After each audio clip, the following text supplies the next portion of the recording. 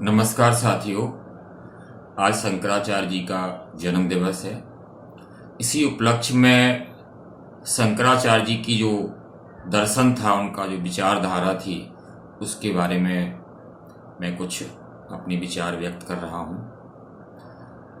शंकराचार्य जी के दर्शन को वेदांत दर्शन कहा जाता है। बेसिकली वेदांत फिलॉसफी जो है वो भारतीय संस्कृति का आधार है और यह फिलॉसफी है, दर्शन की शुरुआत है उपनिषदों से। उपनिषदों में जो जीव के बारे में, आत्मा के बारे में, ब्रह्म के बारे में जो चर्चा की गई थी, उस चर्चा को शंकराचार्य जी ने अपने एक नए दृष्टिकोण के हिसाब से प्रस्तुत किया था। एक और बात महत्वपूर्ण है यहाँ पर शंकराचार्य जी के ऊपर चर्चा करने से पहले, भारतीय दर्शन और भारतीय संस्कृति, भारतीय आध्यात्मिक मूल्य, इन सब की एक अपनी परंपरा है और इनमें जो परंपरा है, उस परंपरा में है निरंतर सुधारात्मक प्रवृत्ति। वैदिक काल के पश्चात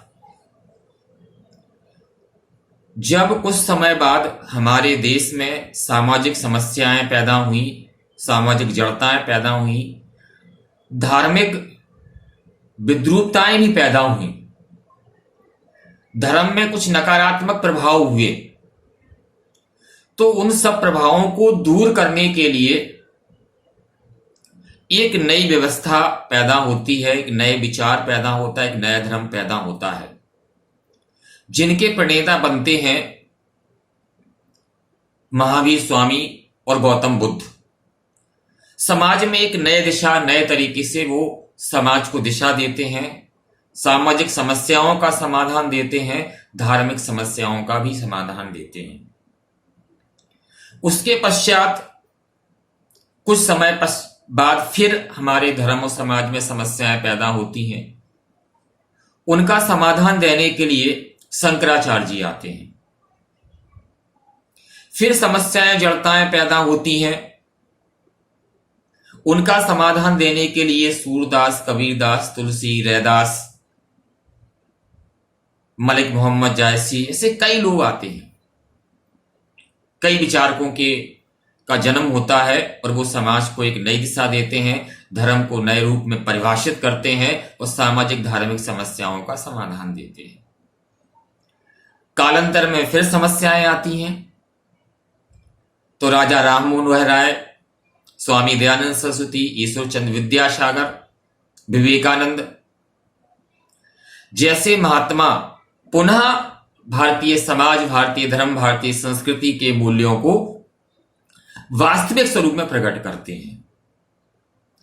अब ये जितने भी दर्शन थे, जितने भी ये धार्मिक आंदोलन हुए, समाज सुधार आंदोलन हुए, धार्मिक सुधार आंदोलन हुए, इन सब में एक तत्व विद्यमान था, वो था उपनिषदीय दर्शन। उनका आधार इन सब में कहीं ना कहीं विद्यमान रहा। उपनिषदों में मिलता है अहिंसा परमो धर्मा, चाहे गौतम बुद्ध हो, महावीर स्वामी हो, अहिंसा पर सर्वाधिक बल देते हैं। शंकराचार्य जी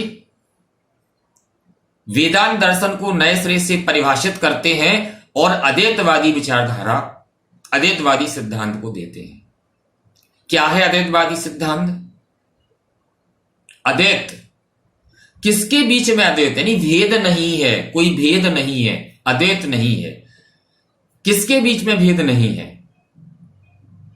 एकोमयो द्वितीय नास्ति, यानी ब्रह्म एक है, दूसरा कोई नहीं है। तो भेद किसके बीच में नहीं है? भेद ब्रह्म और आत्मा के बीच में नहीं है, ब्रह्म और जीव के बीच में नहीं है।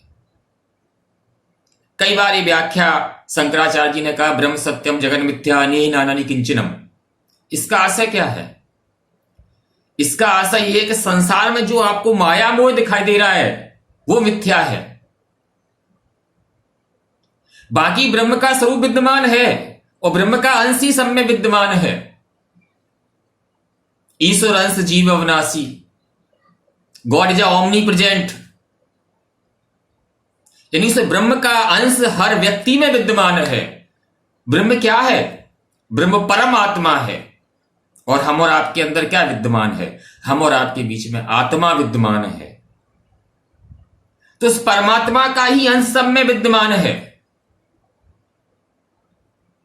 भगवान कृष्ण ने गीता में भी इस दर्शन के कहीं ना कहीं इसको व्याख्यायित किया है।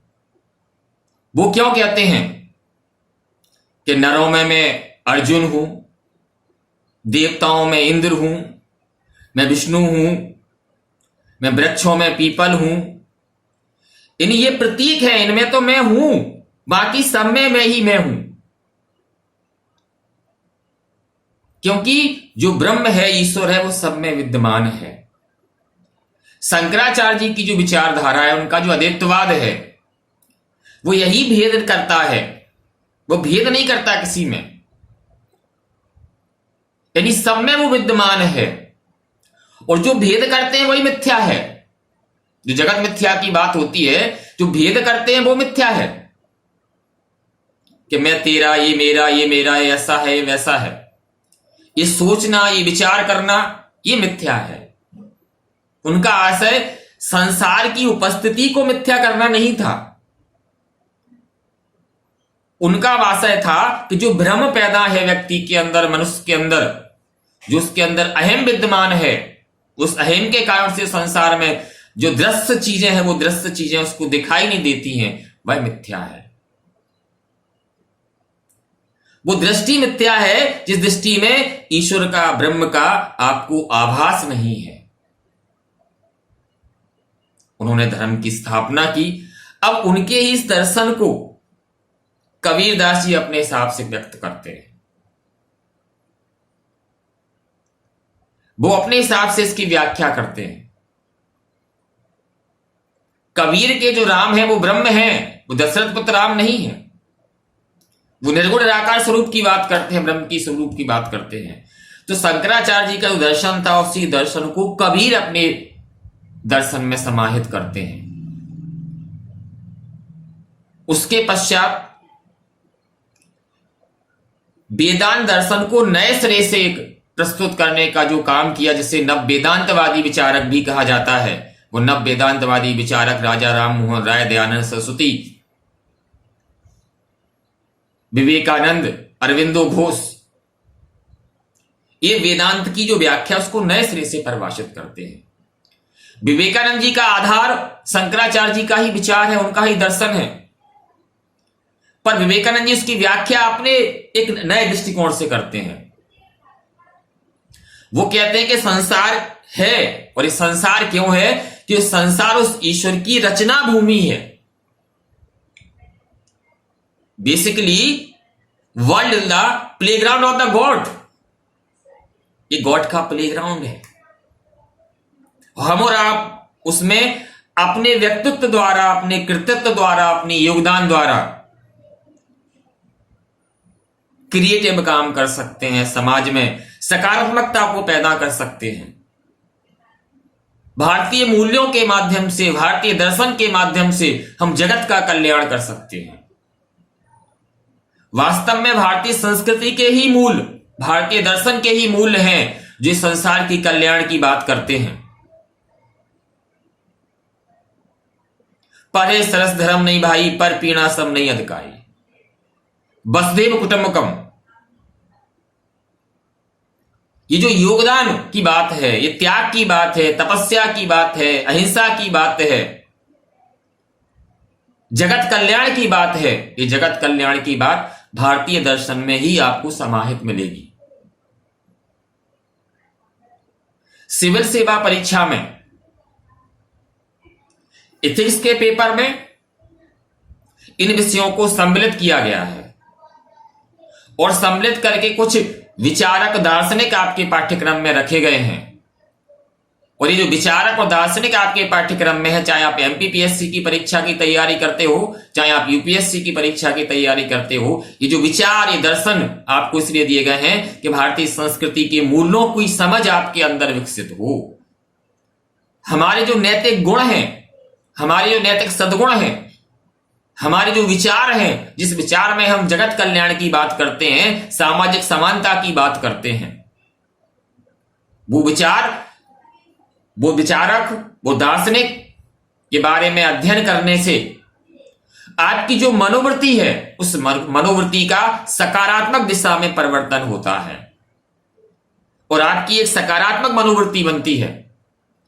आपके अंदर जो empathy, sympathy, kindness, willingness to serve the people जैसी चीजों का विकास होता है। आपके जो मनोवैज्ञानिक गुण हैं, मनोवैज्ञानिक चरित्र है, उसका विकास होता है और आपका व्यक्तित्व एक ऐसे तटस्थ व्यक्ति के रूप में निकलकर सामने आता है जो समाज कल्याण के लिए कार्य कर सके। तो इसी तथ्य को ध्यान में रखकर इस थोड़ा सा हमने ये दर्शन आपको समझाने का प्रयत्न किया है। नेक्स्ट फिर आपको मैं जो एथिक्स के टॉपिक है, उन टॉपिक के बारे में लेकर आऊंगा शीघ्र ही, और आप उसके बारे में अपना ज्ञान बढ़ाकर अपनी परीक्षाओं में सफलता प्राप्त करें। नमस्कार, वंदे मातरम।